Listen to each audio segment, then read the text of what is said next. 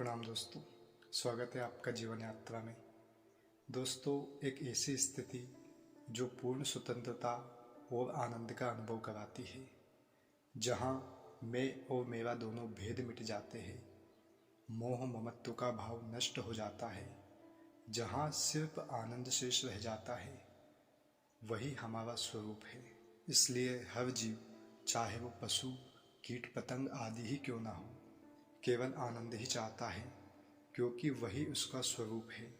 जीव अज्ञानतावश ये आनंद संसार में ढूंढता है, जो क्षणिक है और नश्वर है।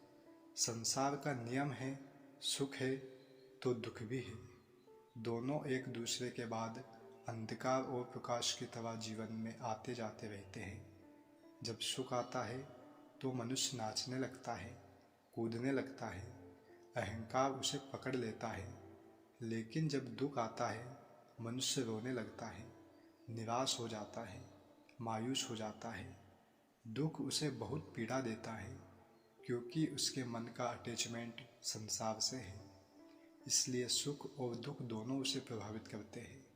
लेकिन मनुष्य जब अपने मन को परमात्मा में लगाता है, स्वयं को जान लेता है, तो वह परम आनंद का अनुभव करता है, जो संसार के सुखों से परे है और कभी भी कम नहीं होने वाला है, जो सत्य है, अनंत है, शाश्वत है।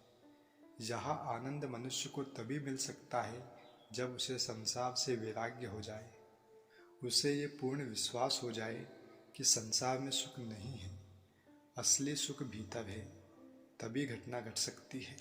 लेकिन जीव अनादिकाल से माया के अधीन है, इसलिए परमात्मा से विमुख है। मनुष्य प्रतिदिन अपने आसपास कई लोगों को मरते हुए देखता है, लेकिन उसका अज्ञान, उसकी मूर्खता की वजह से वो जाग ही नहीं पाता।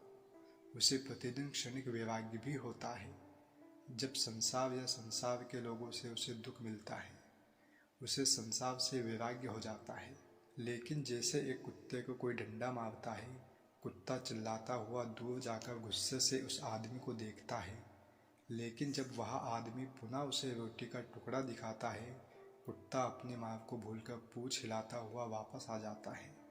दोस्तों, ऐसी ही स्थिति मनुष्य की प्रतिदिन होती है। लेकिन मनुष्य सब कुछ भूलकर फिर संसार में लग जाता है। मनुष्य को चाहिए वो भीतर से अपने आनंद स्वरूप में रहे, किसी से कोई अपेक्षा ना रखे, निस्वार्थ रहे, प्राथमिकता परमात्मा को दे, संसार से तादात्म्य न रखकर परमात्मा से तादात्म्य रखे, बाहर से एक अभिनेता की तरह अभिनय करे, कर्म करे, संसार को बाहर रखे, भीतर परमात्मा को रखे। इसी में उसका कल्याण निहित है। प्रणाम।